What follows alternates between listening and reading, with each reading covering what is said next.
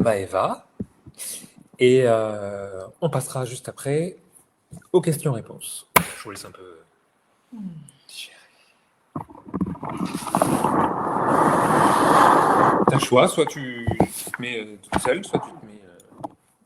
Ok, c'est correct. Correct. C'est correct, comme on dit. Bonsoir tout le monde. Bonsoir, je suis Maëva du coup. Je suis sophrologue de formation. Je pourrais dire tellement de choses, je pourrais me coller tellement d'autres étiquettes. Mais ici, ce soir, on est là pour parler de magie. Donc, je vais axer principalement mon discours sur cette spiritualité qui fait partie de moi depuis toujours.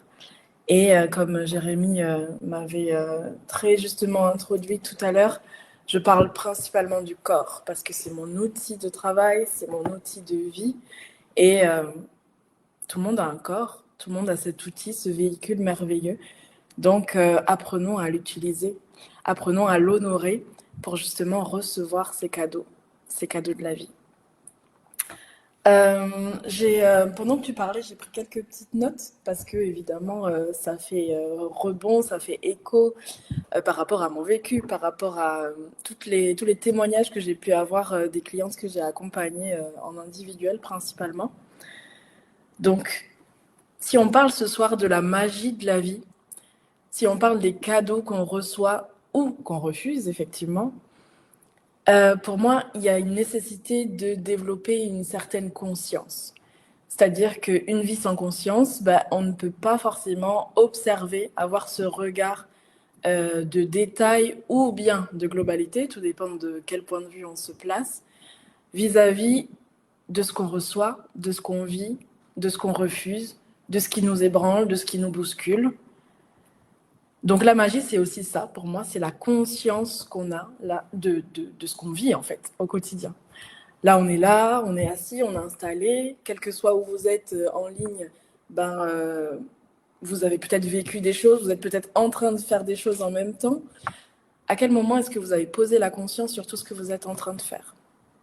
À quel moment est-ce que vous vous êtes... juste, à quel moment vous avez pris le temps de voir comment vous respirez, comment vous vous sentiez dans votre corps?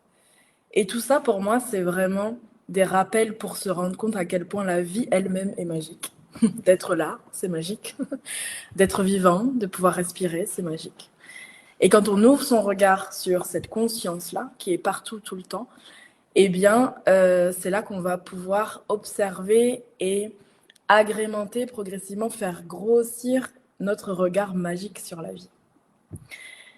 Et ça, on pourrait dire que je suis totalement perchée, que je suis religieuse ou que je suis je ne sais quoi, bien trop ou pas assez spirituelle, mais c'est clairement une philosophie que j'agrémente et que je nourris depuis toujours.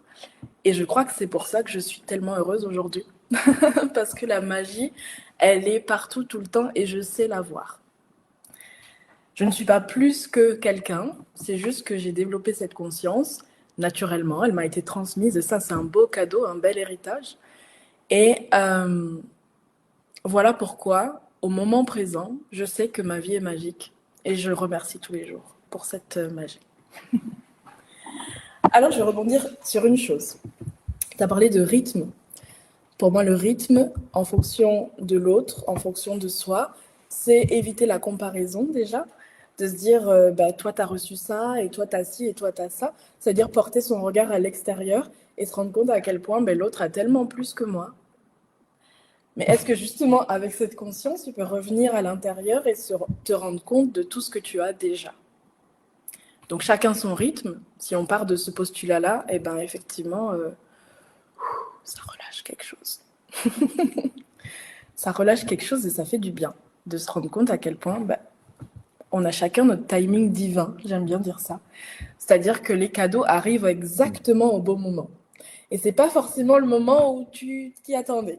C'est pas le moment où tu le demandais au maximum. C'est le moment où c'était le plus juste pour toi.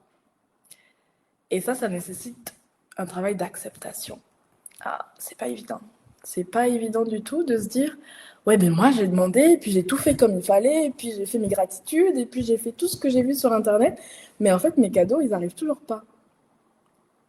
Mais est-ce que tu peux t'en remettre à plus grand, t'asseoir un instant, respirer, revenir dans ton corps et laisser la vie faire, en fait. Ça, c'est OK. Ça, c'est OK d'être dans l'acceptation. Donc, chacun son rythme, c'est le timing divin. Acceptons-le. Accepter de recevoir, parce que des fois, c'est tellement fermé, on se rend compte à quel point on est des barrières. On croit qu'on est dans une prison, mais c'est nous-mêmes qui avons érigé les murs de la prison. Donc, je veux tellement quelque chose. Mais en fait, je ne me rends pas compte que je ferme toutes les portes. Et que l'année dernière, j'avais déjà des occasions. Et puis la semaine dernière, j'avais des opportunités.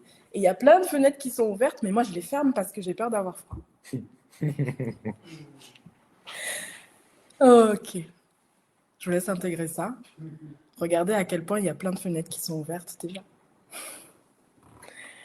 Ok. Et puis recevoir les cadeaux de la vie, c'est aussi la légitimité. Est-ce que moi, je mérite de recevoir? Est-ce que j'ai le droit de recevoir? Parce que en fait, mes parents, ils m'ont jamais trop donné. Et, en fait, j'ai l'impression que c'est mieux pour les autres, mais pas pour moi. Est-ce que je suis légitime de recevoir, moi? Bah oui. Je mérite. Et vous pouvez vous dire que vous méritez. Effectivement, là, ça ouvre un peu les portes. Ça réouvre les fenêtres. Et puis vous vous rendez compte à quel point ça peut revenir, tout doucement. Parce que vous acceptez de recevoir de la vie.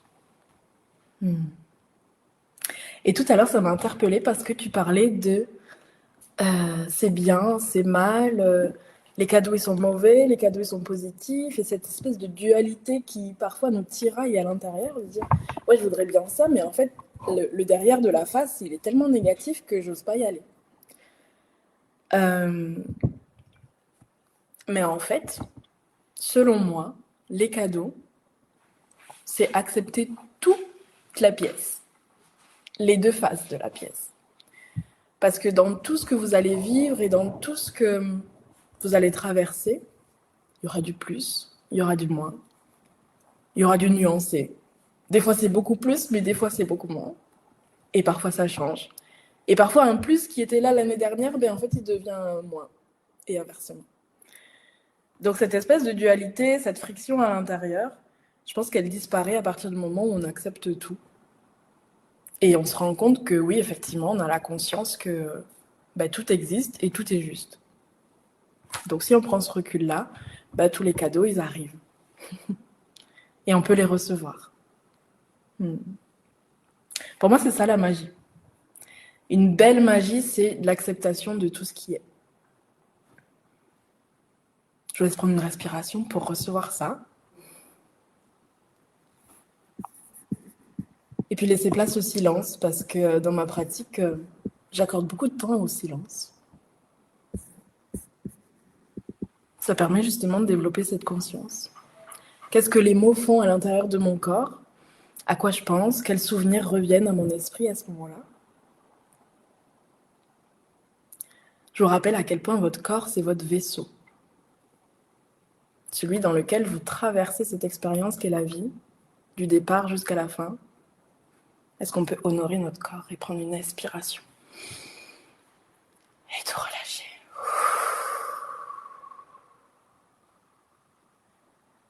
Et dans cet instant de silence, dans cet instant où vous êtes dans votre corps, pleinement dans votre présence, pour moi, ça, c'est honorer la vie et réouvrir les fenêtres pour recevoir. Parce que plus on honore ce qui est là, plus on honore tous les cadeaux qu'on a déjà depuis notre naissance, c'est-à-dire nos cellules, nos organes, notre manière d'être debout, et plus en fait la vie nous récompense, entre guillemets, même si c'est une erreur de croire qu'il faut faire pour recevoir, parce que les récompenses, elles arrivent quand tu t'y attends moins. Hein. Voilà. Donc le corps est notre vaisseau. Okay. Et dans ma pratique, qui est la sophrologie, initialement, comment je mets ça en application? Déjà en mettant de la conscience, je ne le répéterai jamais assez, sur nos ressentis, sur nos pensées, sur nos mouvements intérieurs. Et c'est comme ça que j'ai personnalisé ma pratique, que j'ai appris bien comme il faut en tant que bonne élève dans ma formation de sophrologie, pour en faire une pratique qui était en fait déjà là, mais peut-être pas encore emballée. elle était, comme tu disais, dans l'invisible, dans le cosmos, dans là où vous voulez, mais pas encore vraiment ancrée, incarnée.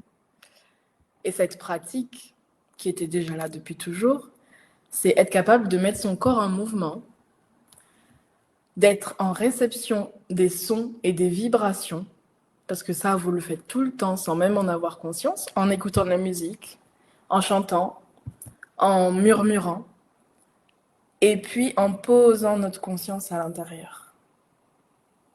Et grâce à ça, vous êtes capable de tout. J'ai créé l'Afro-Sophro pour ça, pour que vous puissiez justement faire la paix avec vos racines et que vous puissiez vous empuissancer, prendre conscience à quel point toute votre magie, elle est à l'intérieur de vous et de voir à quel point vous avez tout entre les mains pour pouvoir recevoir tous les cadeaux que vous avez envie de vivre aujourd'hui. Et il n'y a pas que le corps, parce qu'on utilise le corps pour ressentir, pour bouger, pour apaiser un système nerveux qui est parfois bien trop souvent en panique en fait. Il y a aussi le pouvoir de la visualisation. C'est-à-dire que si on part du postulat que tous nos souvenirs existent encore, eh bien tout ce qui n'existe pas encore existe peut-être. Donc en visualisant, en imaginant, en s'autorisant à rêver, rêvasser, on peut peut-être créer notre réalité. On peut peut-être créer un futur qui n'est pas encore là. Et c'est ça le pouvoir de la visualisation. C'est ça la magie de la sophrologie, qui est une pratique bien ancrée et bien scolaire parfois. Mais oui, il y a de la magie dans la sophrologie aussi. Parce que la visualisation, c'est peut-être créer notre réalité.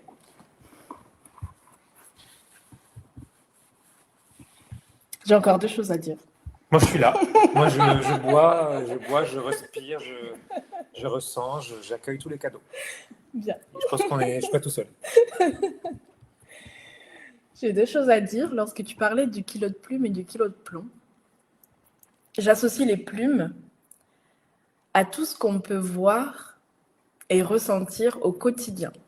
Je disais tout à l'heure tout ce qui est déjà là et à côté de quoi on passe en fait tous les jours. Hein. Donc est-ce qu'il n'y aurait pas des plumes partout autour de nous là en ce moment? J'entoure ça pour moi. J'avoue que j'en ai besoin de me le tatouer, je crois. Là. Ok. Ça me parle bien ça. Est-ce que ce lieu, le domaine Éveillot, est pas officiellement ouvert depuis quelques semaines et on n'est pas en train de vivre une première soirée magique? Ok. Est-ce que il y a 2 ans, cette pièce était pas juste un tas de béton en ligne et vous voyez pas encore le décor, mais en fait on est confortablement installé, on a chaud, on a de la lumière, on a tout ce qu'il faut. Est-ce que toutes ces plumes elles sont pas là en fait? Je parle de la gratitude évidemment. Pour tout ce qu'on a déjà réussi, tout ce qu'on a déjà compris, et tout ce qu'on a déjà vécu.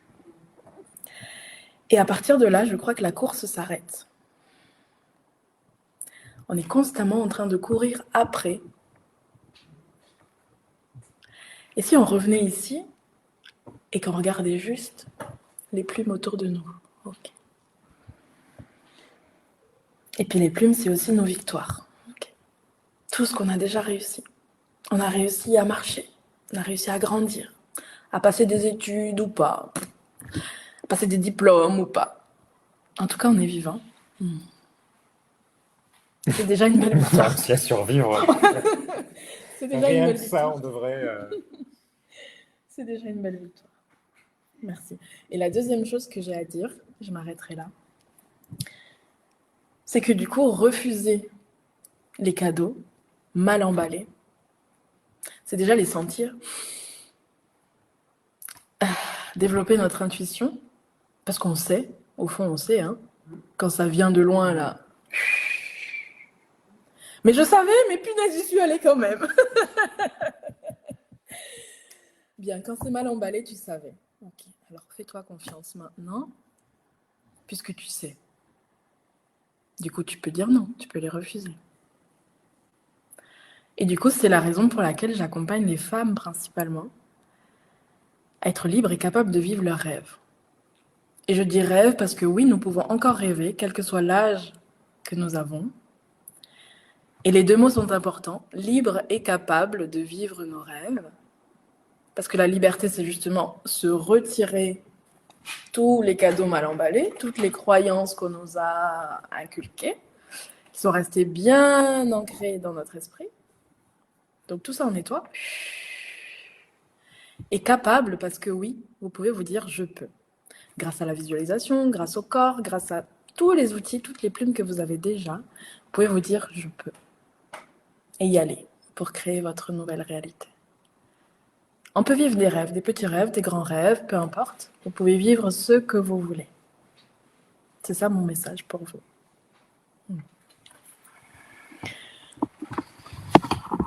Eh, mais ça promet.